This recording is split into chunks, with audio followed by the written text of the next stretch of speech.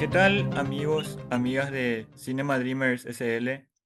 Hoy tengo un episodio muy especial, como siempre lo digo, porque vamos a hablar de cine paraguayo.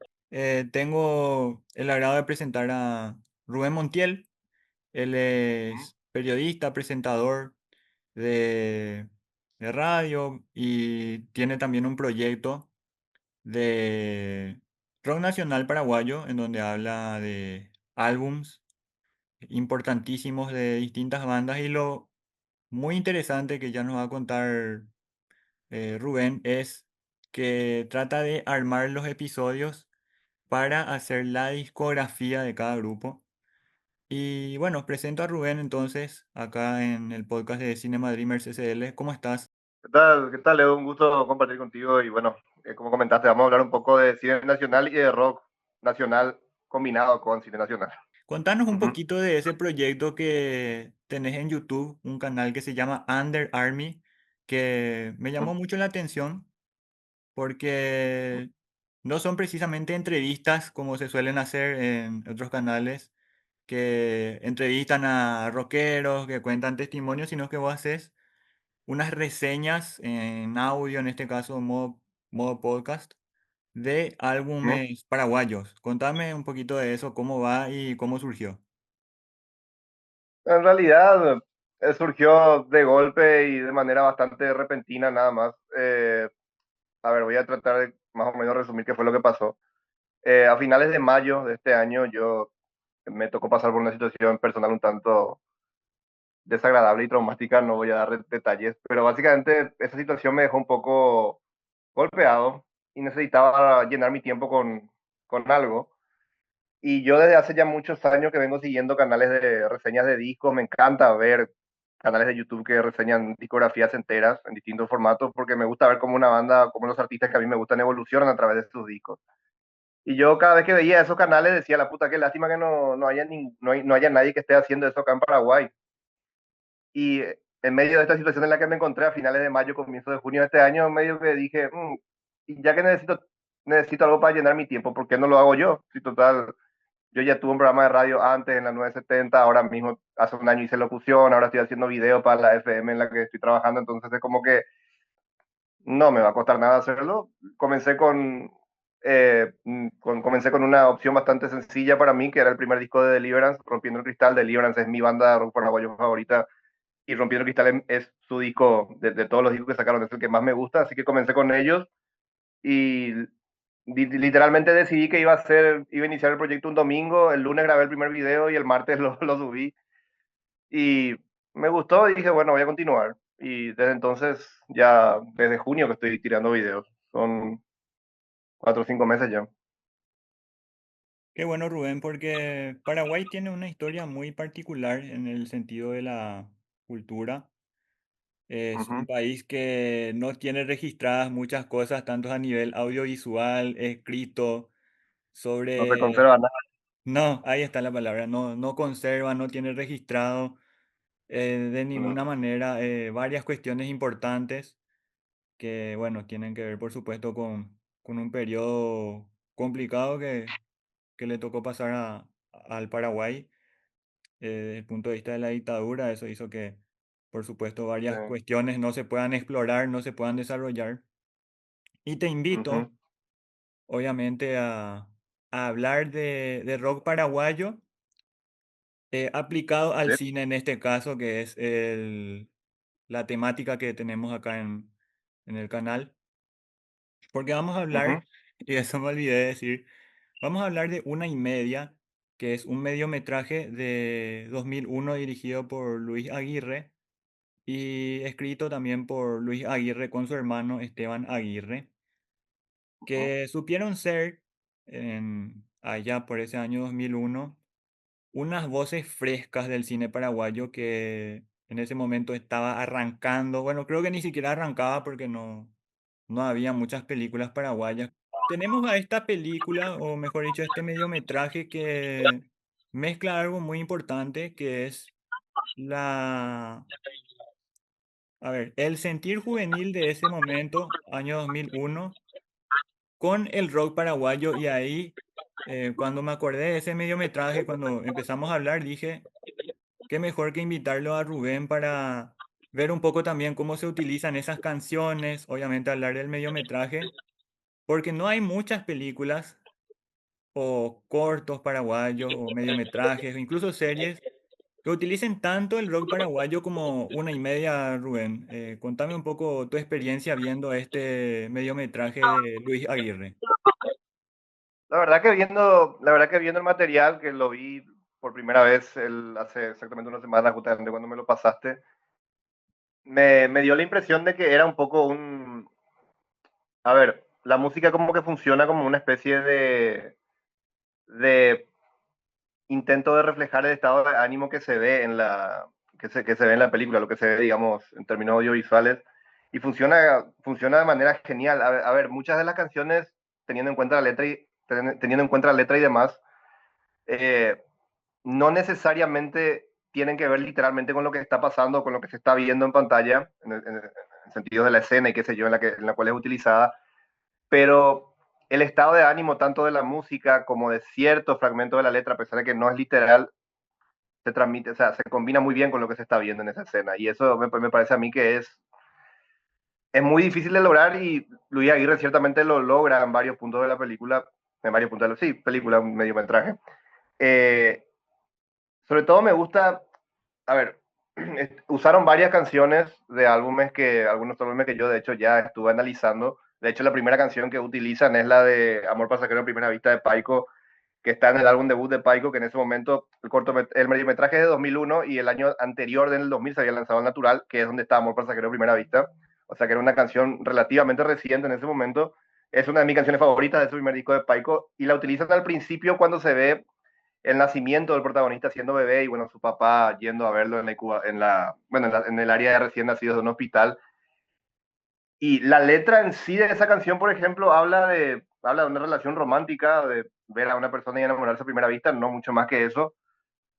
Pero la música, al ser tan, digamos, evocativa, tan tierna, por decirlo de alguna manera, a pesar de que la letra no habla de ese momento que se está reflejando allí, que era el tema del papá yendo a ver a su hijo por primera vez, la música se combina muy bien con ese momento, a pesar de que la letra no habla directamente de eso. Y ahí se ve, por ejemplo, ya en el primer momento de la película se ve ese ejemplo, ¿no? De la música utilizada no de manera literal para acompañar una escena o un momento en particular, ¿no? Y eso después se refleja en varias partes. O sea, en particular me gusta muchísimo cómo Luis Aguirre utiliza la música, sobre todo de Violent Blue. Violent Blue es una de mis bandas favoritas del rock de acá, que bueno, lanzaron un disco en el 95, yo ya le hice la reseña. Este año lanzaron el segundo, con una nueva formación, discazo también, espero poder analizarlo cuando se pueda. Y obviamente en este mediometraje de 2001 se utilizan dos o tres canciones del álbum del 95 y me encanta cómo las usa Luis Aguirre. O sea, la primera que usa es The People from the Other Side, que es el tema que abre el primer disco de Violent Blue. Y me encanta cómo lo utiliza para retratar ese escenario bien urbano, bien citadino, en el que se desarrolla todo, bien de urbano y nocturno, en el que se desarrolla todo. Y también me gusta cómo utiliza I Can See, la otra canción de Violent Blue, la utiliza casi al final, en ese momento tan particular en el cual el protagonista parece que va a volver a verle a su papá o que le parece que le vuelve a ver a su papá, La aunque en realidad parece que... escena, la escena del básquet, ¿verdad? No, Que... por cierto, no podemos hacer spoiler, ¿se puede o no? Y vamos a dejarlo medio medio. Yo creo que estás diciendo bien todo, ¿verdad? En el sentido que yo por lo general cuando hago los episodios siempre como que trato de bordear un poco entre spoiler y no spoiler, para que la gente que a lo mejor no vio le dé cierta curiosidad, ¿no? Pero sí, Sí, estás sí, sí. hablando de ese tema de Violent Blue que se llama I Can See. Y, no, y Y dejémoslo en la escena del baño. Esa escena está también muy bien utilizada la canción. También las canciones de Deliverance, sobre todo la que abre Fluye Sangre Fluye, que en ese momento hacía 2 años que se había lanzado, también se utiliza casi de la misma manera en que se usa The People, esta cosa de reflejar un poco ese escenario urbano nocturno en el que se desarrolla todo. La que se usa en este caso con Deliverance es el camino de tu sueño, que es un temazo, el tema que abre Fluye Sangre Fluye, que es un tema que comienza de manera muy gótica y después se va cargando para cuando más o menos al minuto de comenzar se carga y explota. Tremenda canción. Y bueno, con varias canciones de hecho se hace, muchas de las canciones que se usan en este mediometraje se usan de manera maravillosa. Y arranqué técnicamente un poquito mal porque no contaba de qué trataba este mediometraje, una y media, que habla Ujú, sobre un momento muy, a ver, como puntual en la vida de un chico ujú, de 18 años, asunceno, de familia clase media alta, quien va a tener una noche como cualquier otro en el sentido de que quiere prestar el auto, quiere salir con los amigos y lo que parece ser un retrato, porque la mayoría del tiempo que estamos viendo la historia es prácticamente un retrato de lo que hace un joven asunceno en esa época. Y bueno, se cruza con amigos, con llamadas a chicas y todo eso.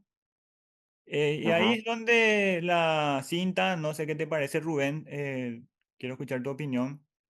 Bueno, la historia se llama, el mediometraje se llama Una y media, porque tiene que ver con el horario el cual tiene que volver a casa el joven. Ujú, Que su papá le dice, bueno, ujú. te presto el auto, pero a la una y media tenés que estar acá sí o sí. Entonces ahí sacan el nombre.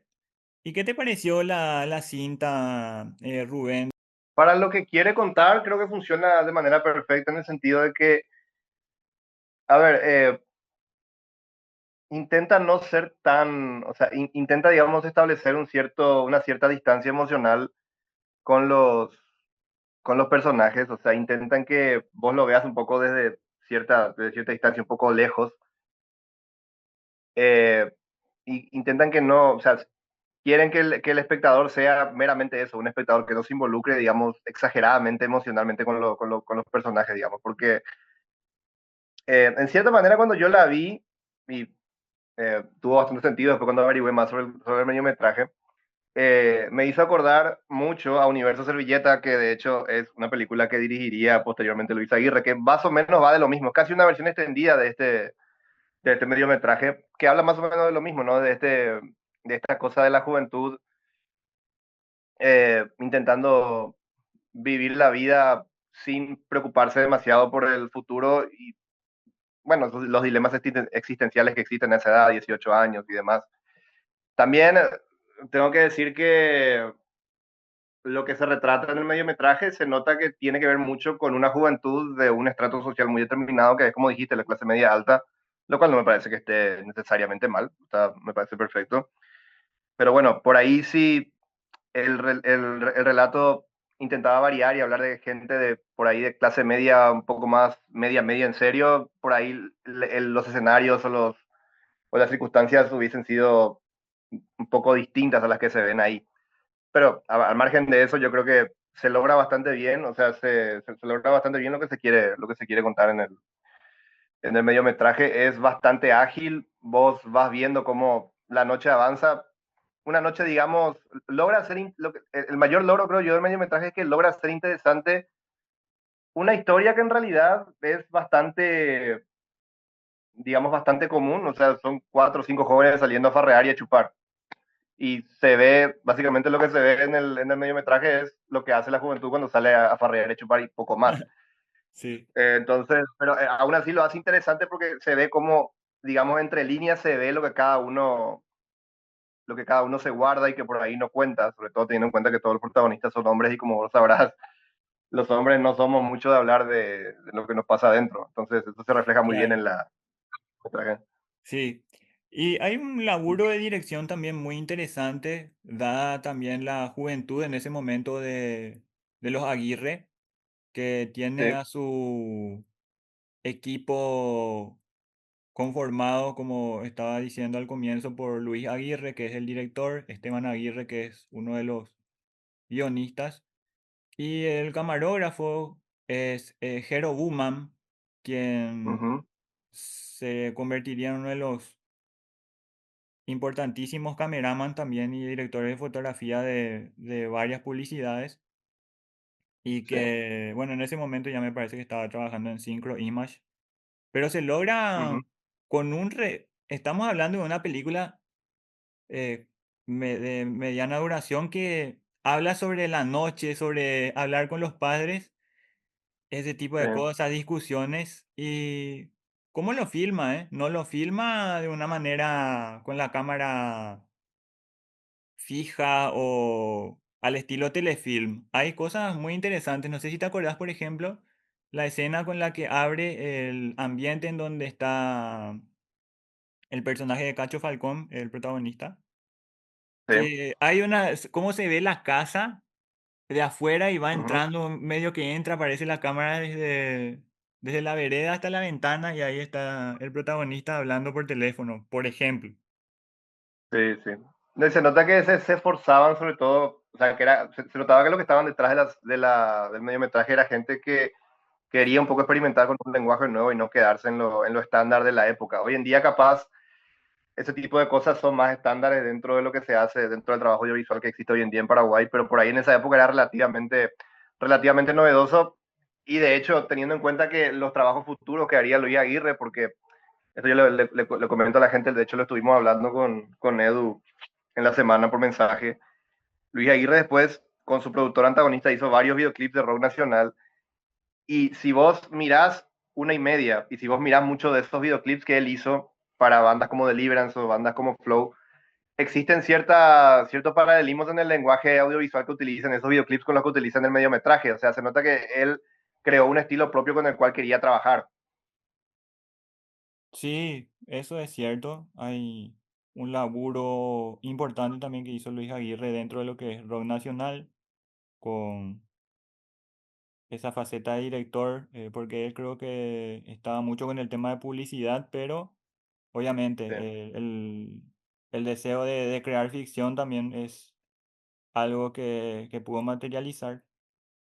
sí. Y me contás un poquito, Rubén, qué escena, por ejemplo, te llamó la atención. Aclaro algo, algo que no comenté, mejor dicho, que en este mediometraje hay dos figuras, en ese momento Sí, eran muy jóvenes también, que sí, ahora son caras muy conocidas de la televisión y de la publicidad paraguaya, que son Pichi Villanueva, el Papa Parrilla, el chico de Rulos, sí, que está, ahí tiene Rulos, ahora es un conocido comunicador de redes sociales y de YouTube.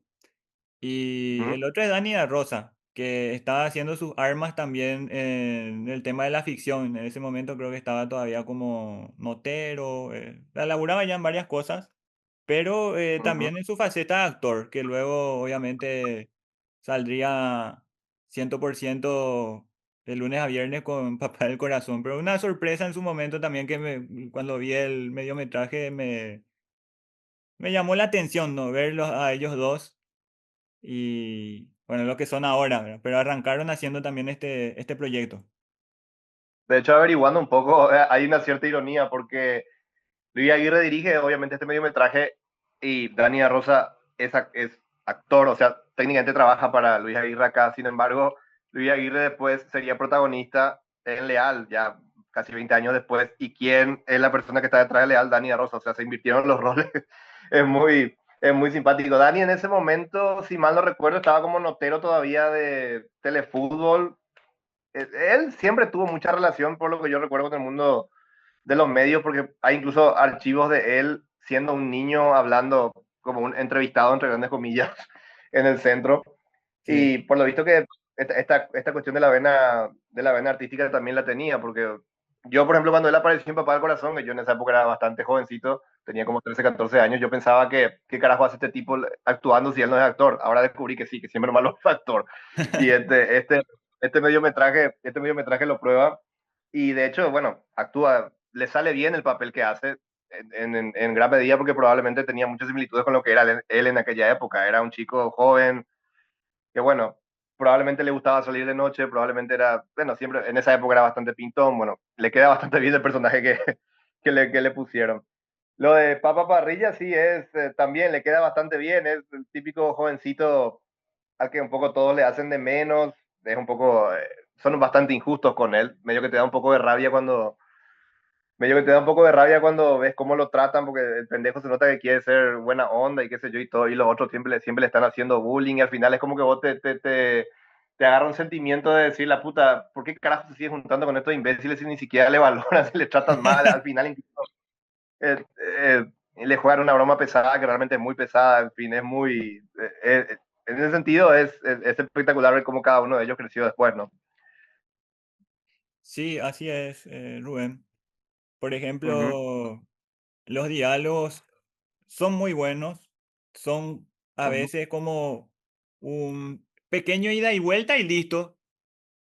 sí, Ya, pero son divertidos. Por ejemplo, la parte en donde el chico, el personaje de Papa Parrilla, al que todos le dicen el gordo, no me acuerdo sinceramente el nombre, porque siempre le dice el gordo, el gordo.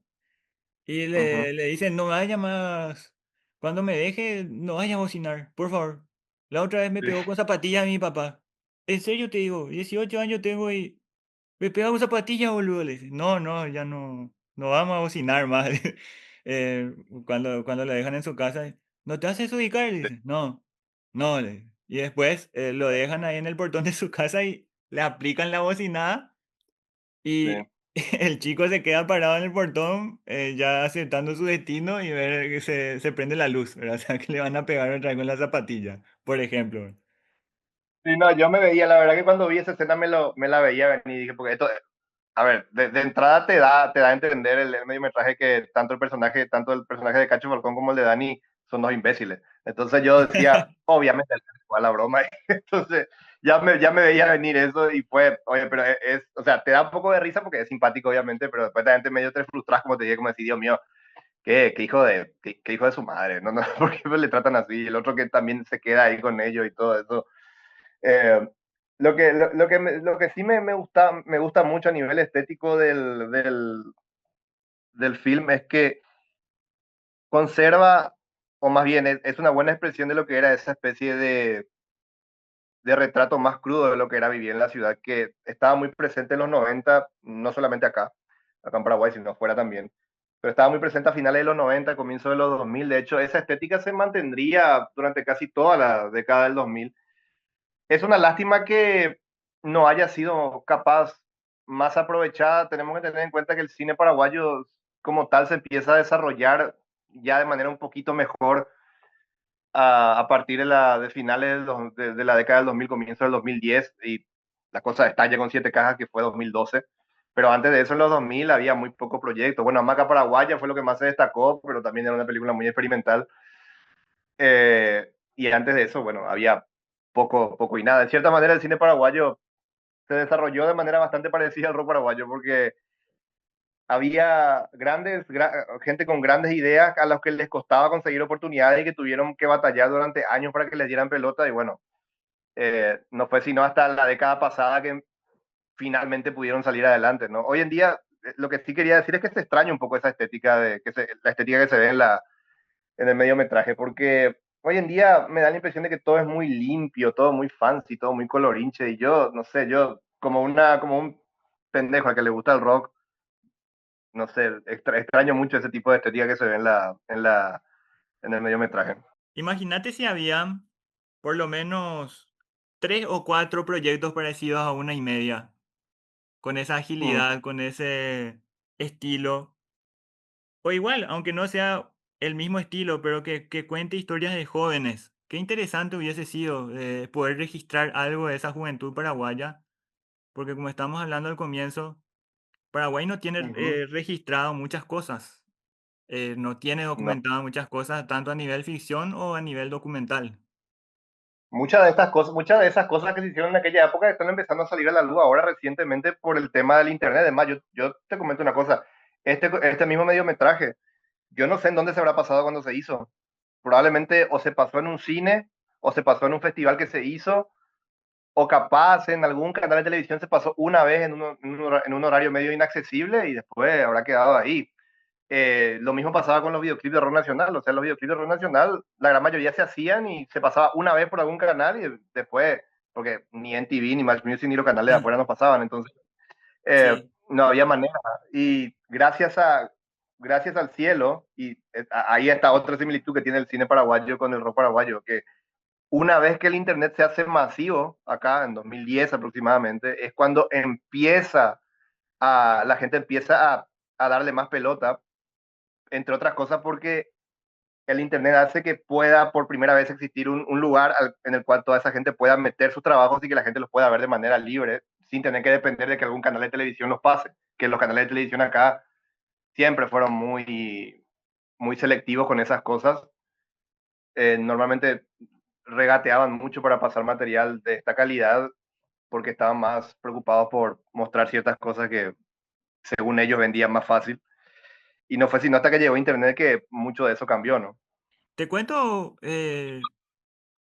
rápidamente, Rubén, que yo acá no soy tanto de investigar, le dejo Sí, siempre un poquito más al invitado porque me gusta hablar mucho del film, pero sí tengo yo recuerdos de 1:30 cuando era sí, muy chico, tenía creo que 12 años más o menos, y yo me acuerdo que iba mucho al cine y en un momento sí. veía ese afiche amarillo ahí y no entendía una y Ah, media. ¿Y qué será esto? Decía yo. Y leí en el diario que era una película paraguaya, o sea, un proyecto sí. paraguayo y me parecía muy raro, pero obviamente yo no podía ir a ver eso porque tenía 11 años y la pasaban tardísimo, creo que como a las 9:30 de la noche, algo así era la única función o dos funciones, pero tuvo una muy linda acogida el proyecto. Sí. Pero no se vio, creo que hasta después de muchos años, gracias a programas como de La Claqueta o algo así, como estabas diciendo, no hubo mucho espacio, pero de La Claqueta ya era 2008 más o menos, o sea, estamos hablando ya 7 años después. Yo te digo una cosa, de la claqueta es fundamental, de la claqueta es una de las cosas más importantes que le pasó al cine paraguayo, porque yo, por ejemplo, veía de la claqueta todos los fines de semana, cuando comenzaba recién 2008, 2009, y ahí se le dio espacio a a muchísima gente que hacía este tipo de trabajo. Fue de los primeros programas que lo hacía ya de manera fija. Y vos decís, por ejemplo, viste lo del tema de 1:30 en una cartelera de cine, y el hecho de que haya tenido una buena acogida, que para la época habrá sido, no sé, habrá ido, no sé, 800 personas a verlo como mucho. Imagínate lo difícil que es para un realizador en esa época en la cual el Internet no era accesible, intentar hacer que la gente vaya al cine a ver un mediometraje. A nivel comercial es difícil vender algo así en esa época. Hoy en día es recontra fácil, por suerte. Así mismo. Y contame Sí. un poco de cuál es una de tus escenas favoritas, cómo viviste tu escena favorita o una escena que te haya sorprendido. Mi escena favorita normalmente tenía más que ver con el uso de la música y cómo se combinaba con lo que se veía, ¿verdad? La parte en la cual se está manejando el auto a toda velocidad y suena Deliverance y suena Violent Blue.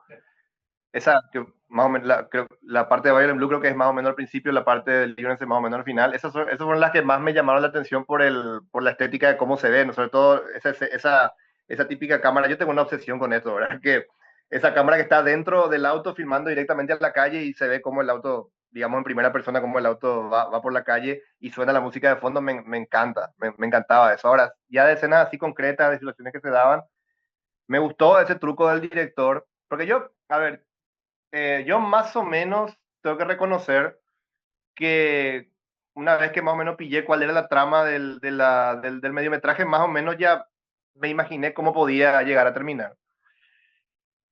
Pero me gustó el truco que hizo Luis Aguirre, voy a tratar de no spoilear. Me gustó ese truco de Luis Aguirre, que fue el hecho de que casi hacia el final, cuando vos ya pensás que se dio el desenlace que yo imaginaba que se iba a dar, como que el director te quiere confundir y te hace pensar que no pasó eso. Al final las cosas terminaron mejor de lo que vos pensabas que iban a terminar. Y Sí, quedas un poco como el padre, porque pensás, al final no pasó, y después te das cuenta que sí pasó. Y es como que imagino yo que para una persona que más o menos se empatizaba con los personajes, sobre todo con el padre, le habrá dolido bastante le habrá dolido bastante, bastante ese final. Y lo que quiero decir también es que le tengo una enorme envidia al protagonista porque a él, su padre, con lo estricto que parecía, le prestó el auto. Yo a mi papá le pedí una vez el auto y casi me echa de la casa. Historias de No, y vida, che. sí, sí. Yo tengo mi auto porque justo estaba descompuesto y tenía que salir también. Y después me puedo prestar tu auto ni en pedo. Me dice. Hijo de- Sí, sí. Ah, Y, en fin.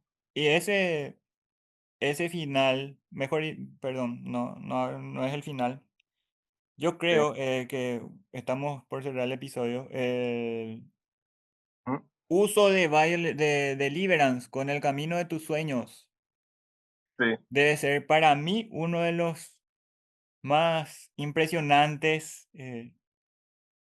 momentos que hay del cine paraguayo. En serio, esa calle vacía que se ve el plano ahí oblicuo, diagonal, y que el muchacho está manejando. Sí. No sé si en el cine paraguayo hay muchas creaciones de escenas como esa, ¿eh? Y Es más, te cuento algo. estoy siendo duro Sí. porque el cine paraguayo también tiene sus carencias, pero ese momento creado de Luis Aguirre con Deliverance, ahí, con esa canción, que ya le decimos a la gente que todas las canciones que se usan en ese mediometraje la pueden encontrar en los créditos finales, ahí está por orden. Así que si se quieren armar la playlist de 1:30, están ahí todos los temas. Pero, ¿te parece? Vos podés decir, ¿qué decís al respecto de esa escena? ¿Que está entre lo mejor o es una escena De más lo para mejor. vos? Mira, yo te digo una cosa, es tan buena esa escena que me parece que Luis Aguirre la recicló para el primer videoclip de Deliverance al año siguiente, porque al año siguiente, en 2002, Deliverance lanza la por primera vez, Rompiendo el Cristal, su primer álbum lo lanza en CD. Y Ajá, para esa edición CD se incluyó una nueva canción que era el Film, que además se hizo un videoclip, que es el primer videoclip oficial que hizo Deliverance en toda su carrera, dirigido por Luis Aguirre. Y en ese videoclip hay una escena que se nota que es cortada y que justamente la escena que decía, el tema de las calles vacías, de la perspectiva del auto. Se nota que tomaron la escena 1:30 y la pegaron en el videoclip y es tan buena que hasta se usó para otra cosa.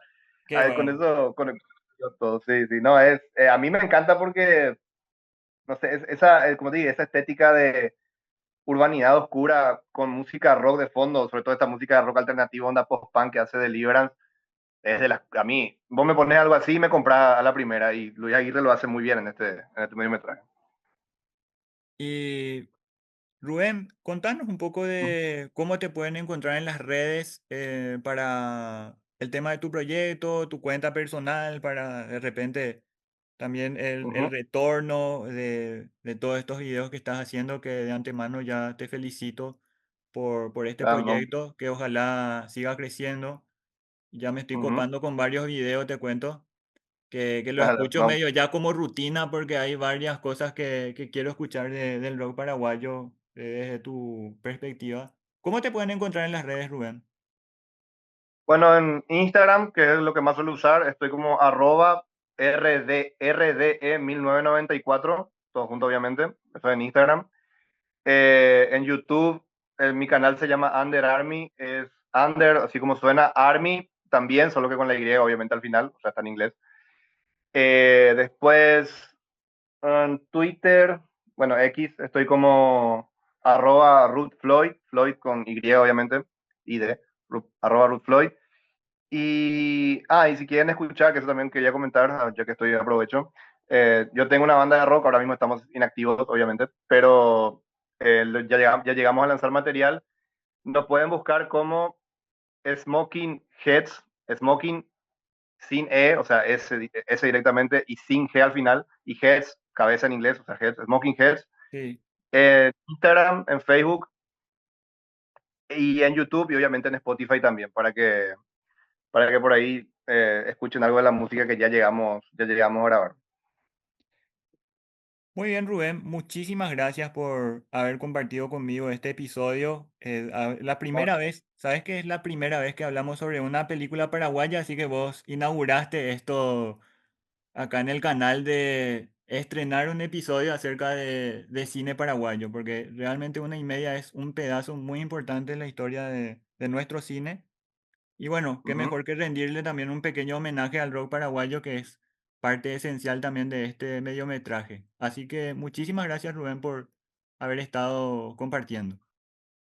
No, gracias a vos y los mejores deseos para vos y tu canal. Estás haciendo una gran labor recuperando este tipo de trabajo para que más gente los conozca, porque este tipo de trabajos merecen ser recordados y merecen ser tenidos en cuenta para la posteridad. Así que los mejores deseos también para vos y muchísimas gracias por la oportunidad. Muchas gracias, Rubén. Cuento que este mediometraje, 1 hora y media, pueden verlo sin problema en YouTube. Les voy a dejar después el link en la descripción para que puedan Uh -huh. verlo. Y cerramos entonces este episodio de Cinema Dreamers SL hablando de 1 hora y media y su gran relación con el rock paraguayo. Muchísimas gracias por seguir siempre en la página y vamos a estrenar otro episodio muy pronto. Adiós.